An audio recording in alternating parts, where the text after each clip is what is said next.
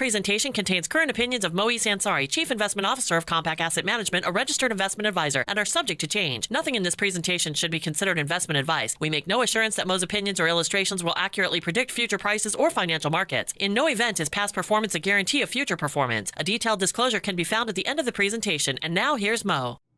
Hello everyone, and welcome to the Compak Asset Management YouTube update for March 26, 2021. I know I've been busy for the last couple of weeks, so I haven't had a chance to give you this update, but what a nice update it is this week. We've had a lot of choppiness in the market, and I'm going to talk about that. Again, if you'd like to get this update on a weekly basis, just go to compak.com/YouTube and get the daily update where I do a 1-hour market wrap broadcast that is syndicated nationally.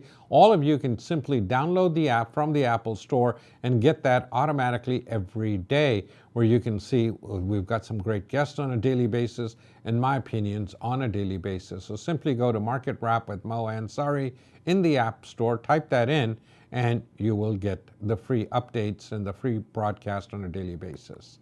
Let's talk a little bit about the second quarter market, and we're looking at the second quarter. We're going to talk about that. I'm going to do a client-only edition update on the 7th and a public edition that will be on the 14th. So next 14th, I'm going to do a webinar, 2 hours, where I will answer all of your questions, anything you want to know about the markets, what I'm thinking and why. So circle that date on the calendar. If you want to register, simply go to our website at compak.com and register. You have to be registered to have access to the webinar that I will do. So make sure you circle that date. Now, I'm going to talk about today the pandemic, obviously. Well, it's not now the number one thing. It's interest rates for the last couple of weeks. Oh my God, interest rates are going up, and that'll kill the market. We are going to get inflation, and inflation will cause the economy is doing too well. We are going to get too much growth. Consequently, we are going to get inflation. So the bond market has to go up, or interest rates have to go up. Bond market has to go down, because all of that is going to happen. As you've heard me for the last decade, or last 3 decades on the daily broadcast, I talk about that. One of the biggest mistakes that investors make is they anticipate what could, would, might, can happen. Don't worry about what could and would and shouldn't happen. What is happening is reality. Wait until you see the reality before you make changes to your asset allocations. That's the way. If you don't get in at the bottom, that's okay. If you don't get out of the top, that's okay. As long as you can get 80% out of the middle, you will get wealthy, and that's what you're trying to do. I'm going to talk about the U.S. markets in quite a bit of detail, and then obviously my favorite subject, technical analysis. We have some great targets that I promised everybody on the daily broadcast today, that we have some targets now that we are starting to break out of this lethargic back and forth volatility that we've seen for the last 3 or 4 weeks. Let's start with the pandemic update, where we are seeing daily deaths are going down. That's the good part. We're seeing infection rates go down, even though they've stabilized a little bit here, but they are going down. That's the good news. As we get more and more people vaccinated, that's the great part. So as long as we're getting there, and as of April 16th here in California, anybody over 16 can get a vaccination. Everybody qualifies. As of April 1st, anybody over 50 years of age qualifies. And that's where the risk is, and I'll show that to you. A study shows that of the 71,000 people who were hospitalized and required a ventilator or died due to 79%. One of the biggest things is obesity. That's a problem, as we know, in the country. If you're obese, that is a big problem with COVID-19. Looking at the vaccinations, we are at about 133. We're about 140 now. This is as of the 24th. As of today, we're close to 140 million doses administered. We've got 66 million for Pfizer. We've got about 62 million for Moderna. We've got about 2.6 million people have been vaccinated with the Johnson & Johnson vaccine. And that is the good news. We have a lot of vaccine here. Luckily, we did not contract with AstraZeneca, which has some issues. They're having some problems manufacturing the vaccine, getting it out. There's some questions about the efficacy of that, even though it's about 75% effective. And that's anybody that has a chance, as I've said, to get vaccinated should, because as you've heard me say on the daily broadcast, you are going to get COVID or the vaccine. That's really sooner or later. Looking at the people who've received at least one dose of vaccine, we nearly have 70% of the people over 75 have been vaccinated. People between 65 and 74, 63% have been vaccinated. So as we're getting into these two high-risk categories, we are getting to a point where we are getting more and more people vaccinated. We are getting closer to that herd immunity. We've received 60% of the people. We're up to that as of, we're getting more and more people vaccinated, and that is good news. One of the things that we're talking about and looking at is the demographics. Now, we're getting the people who are saying we're not going to take the vaccine no matter what. Unfortunately, that is politics. If you look at the numbers, 42% of the people who had it's a partisan problem are Republicans, and 35% are Democrats, and the total is about 80.7%. These are the people is where the deaths that came from. So the political problem is there. We have to set politics aside. This is COVID. It doesn't care if you're a Republican or a Democrat or an independent or Martian. If it gets you, it's going to get you. That's really, and if you're 65 plus, you are at high risk. If you go down to the numbers here, you can see that most of the people, the younger people, again, are about the same, the death rates. But when we get into the older the people need to get this vaccination. And if you're a Republican or Democrat, the COVID does not care. Take my word for that. So that's one of the things. We were looking at the U.S. economy. We came down. We came back up to about 73 in August of last year, the reopening cycle. And then we started to plateau again. We had the second wave. But now we're back up to 73. So we're opening right up to the highs that we saw in August. We are getting more and more people that are traveling. I think we're at 1.5 million people going through the TSA checkpoints. Prior to the COVID, we were about 2-point-some million. So we're getting closer and closer, about 75%. Air travel is back about 75%. We're not 100% open yet, but I think we are going to get there. In the next couple of months, we should get back up to the 100%. Now, people are worried about, oh my God, we 3 weeks ago, too much growth, everything is opening too fast, everything is great, but that was caused inflation. Then we had the problems in Europe where they are having another third wave, whatever number of wave you want to call it, where they are locking down again, and they say, oh my God, COVID is back. So the interest rates back down and the market sort of chopped around. I believe the market will adjust to these higher rates. It's not a rate that is going to kill. It might take away some of the growth companies and some of the momentum trades, these companies that rely on low interest rates. But when you look at good companies that have good cash flows, they're really not affected by rates going up by 0.25%. But it has been a tremendous impact on the global economy. You look at the rates, we've lost 7% of global GDP. China is back up to where it was. Initially, it did have last year a drop-off of 5 to 6%, so did the U.S. We were about a little bit behind, about a couple of months behind. We were down to about 6 or 7%, but now here we are, right back up. We're down about 1.5 to 2%. The biggest problem is Latin America and the CIMA countries, and then we are seeing countries without ex-China, Asia without China. We're looking at Western Europe, which has a problem.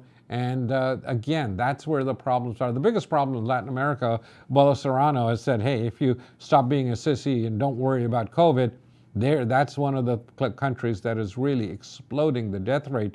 And people are getting COVID for the second time, and especially in an area where just about everybody had COVID. They thought that would be herd immunity. Now they're getting sick again. What has happened is the virus has mutated. When more and more people get infected, the virus has a chance of mutating. And now the people who initially had it are getting it for the second time. The death rate is the second highest after the United States. 300,000 people have died in Brazil. And that is one of the problems, that there will be pockets or places in the world that we will see COVID continue to rage. And how do we contain it and stop it from coming into some of the countries? That's something we'll have to work on and figure out.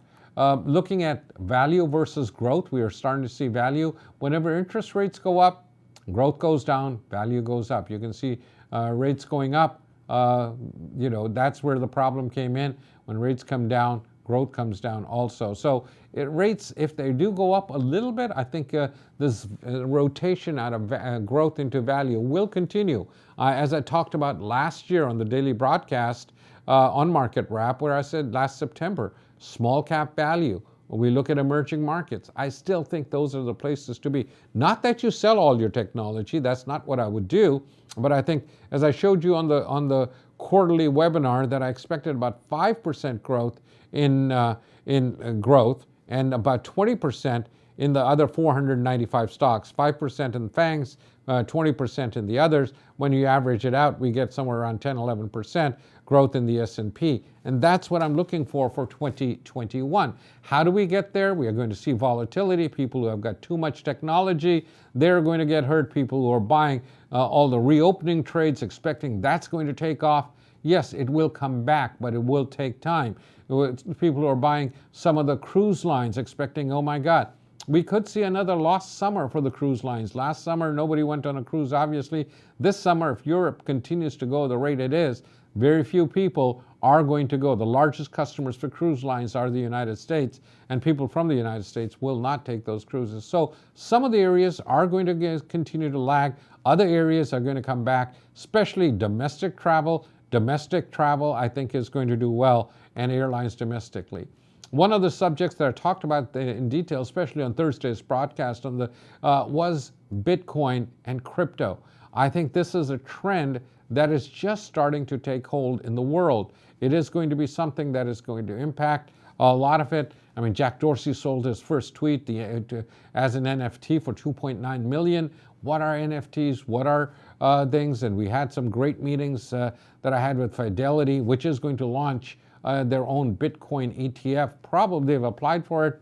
How long will the SEC take to approve it is another case. But Bitcoin is something that we have to think about, and how do we incorporate that into your portfolio? How do you buy Bitcoin, store it? Who is being able to custody it?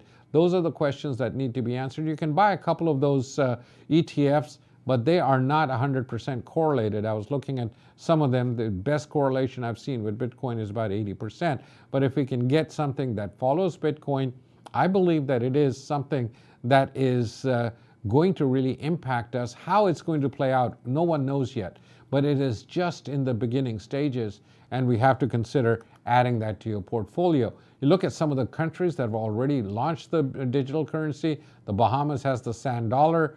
Brazil has got the digital real, which is 2022 coming in. Canada is, and I just did talk to somebody where MIT and the Federal Bank of Boston is working with MIT, and they're working on solutions or coming up with a digital dollar, and they're going to release all of their research probably July of this year. How do we go from physical dollars to digital dollars? What happens to the intermediaries like banks or credit cards when you have all your money on your phone and you just deposit it or pay with it directly? What happens to all of those companies? What happens to the banks who usually store money? Banks who don't give you credit for 3 days when you deposit a check. I think banks have to get much more efficient, and it will change everything. But just about everybody is looking around the world. China already has a digital yuan. India is going to launch it in the next few weeks, their digital rupee. And then we're looking at a digital dollar. So how is it going to play out? What the world will look like? How are we going to do business? I think it's going digital. As I talked about last year, COVID, it really accelerated the digitization of the world, where we were sitting at home, but we were doing everything that we wanted to at home. Let's look at the charts. My favorite subject. We went sideways for a period of time. Right here, we came back down. Support is 38.73. That's the 50-day moving average. We came and kissed it yesterday, popped back up. Today we opened higher and took off. Now the target is 4,000. If we can get above 4,000, I would not be surprised to see an acceleration to about 42.35, which is another 200 or 300 points away, or another 7 or 8% away from where we are now. And that could be an extension of the fifth wave, and that's what I'm looking at right now. Support still stays at the 38.73, the 50-day moving average, and then we have support right around here, which is around 37, 25 or so. That's the low that we've made this month. But I think at this point we've sort of got rid of some of the froth. People who were nervous have been pushed out of the market. Now I think we're set for the next rally up. Usually we make a high in May, and then the old saying goes, sell in May and go away. I don't know if this year we are going to have the seasonality, but between now and May, I expect we are going to clear. On the weekly charts, obviously we could see an extension of the third wave. I was questioning, have we seen the fourth wave pullback? I don't know if we've seen the fourth wave completion. This was something, the low that we made a couple of weeks ago at 37.23, about 3 weeks ago. I thought that might qualify as a fourth wave. I still am not quite sure of that. If it is, we'll see the fifth wave, and that could take us to 44.75 on a weekly basis. Each one of these lines, green and red lines, is 1 week of trading. The previous chart that you saw, it was 1 day of trading. So this gives you a picture going back to about 2018 or beginning of 2017, gives you about a 3-year picture. This was the last year's decline. After we completed, everything moves in 5 waves. There's wave 3, wave 4, wave 5. Once we see a fifth wave top, we get an ABC correction. Whatever reason, that was COVID, we got that. Now we've started a new wave count to the upside. Wave 1, 2, we're in wave 3. And are we going to extension of wave 3 before we go to wave 4? I believe we are, and that should take us to somewhere. The Nasdaq, on the other hand, has been lagging. It has broken below the 50-day. It is starting a wave count. Could be 5 waves to the downside. But I think we did make that bottom right around 12.4 intraday. 12.5 was my target overall. 12.7 as I talked about, and we got there for a couple of days, and now we're up. But we have to get above the 50-day moving average, which is around 13,400. We closed at 13,138 today. If we can break out above 13.4, that'll confirm to me that we're on our way. We should see a test of the high, which is 14,000. And then the target becomes 15.2 initially. When you look at the weekly targets, this is a weekly chart. Again, the weeklies have turned down, as I said about 5 weeks ago. This parabolic study that you can see, these little dots below the chart, when the market is above it, it's in a bull trend. When it's in a down, when it's below it, those are downtrends. When it hits to the downside, usually it stays there for 4 or 5 or 6 weeks. That is why about 5 weeks ago, when we turned down, I said this could last a few weeks, and we still have not turned up. The dots are still above the market. But that's about 13.7 or so, the parabolic. If we can get above that, I think that'll confirm that we're starting another move. In the long-term target, we're looking at 16.4 on the weeklies, and that could be just an extension of the third wave, not a fifth wave top. So looks like if we can get above the 13.7, it'll get us above the 50-day, which is 13.4 for the Nasdaq, and 13.7 would confirm that we are, or 14,000, we're off to new highs again. Gold has been very disappointing for a lot of people. Luckily, as you've heard me talk about on the daily broadcast, I have not been in the gold market at all. And I see there's better opportunities. The younger people say, look, if you want to buy something as a new asset class, buy the Bitcoin for safety.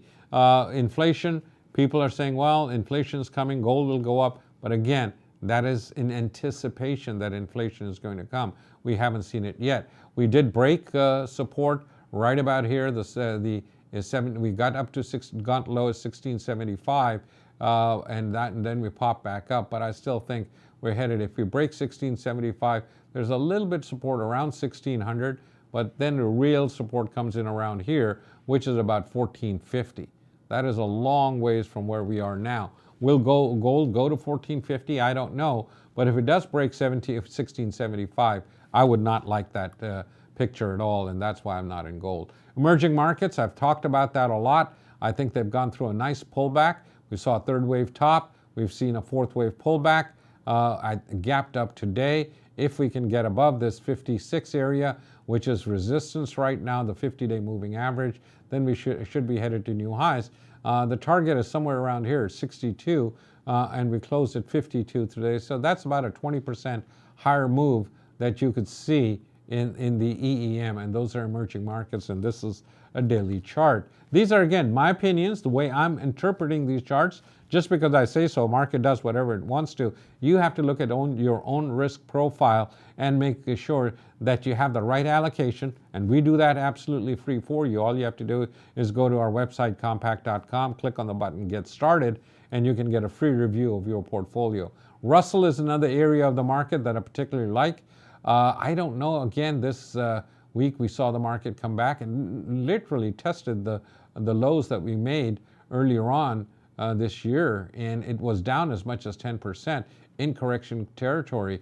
But if we can get above 24, if we can get above highs that we made a couple of weeks ago, looks like we have completed the fourth wave, we could start a fifth wave to the upside, and that takes us substantially higher than where we are now, somewhere around 20, way above about 2,800. I don't know if we get there or not, but the small caps, I think you have to add small caps to your portfolio and make sure.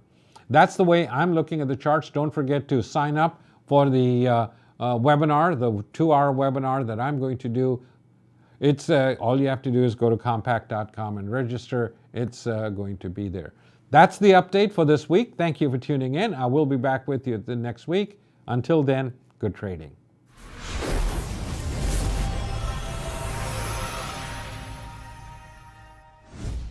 This presentation contains the current views and opinions of Moe Ansari, Chief Investment Officer of Compak Asset Management, a registered investment advisor. The views expressed are current only as of the date of this presentation and are subject to change. Nothing in this presentation should be considered investment advice, and nothing is personalized to any investor's individual circumstances. Compak Asset Management offers investment advice only after entering into an investment advisory agreement and gathering client-specific information about goals, objectives, financial status, and risk tolerance. This presentation uses terminology associated with technical analysis and provides charts to illustrate some of the concepts discussed. Technical analysis is a security analysis method with the goal of forecasting the direction of prices of securities or market indices through the study of past market data, primarily price and volume. We make no assurance that past performance or the use of technical analysis will accurately predict future prices. Further, a risk of technical analysis is that over-focus on historical patterns could lead to ignoring or downplaying security-specific concerns, overall market or sector concerns, or other factors because we assume inaccurately that historical patterns will repeat themselves. In no event is past performance a guarantee of future performance.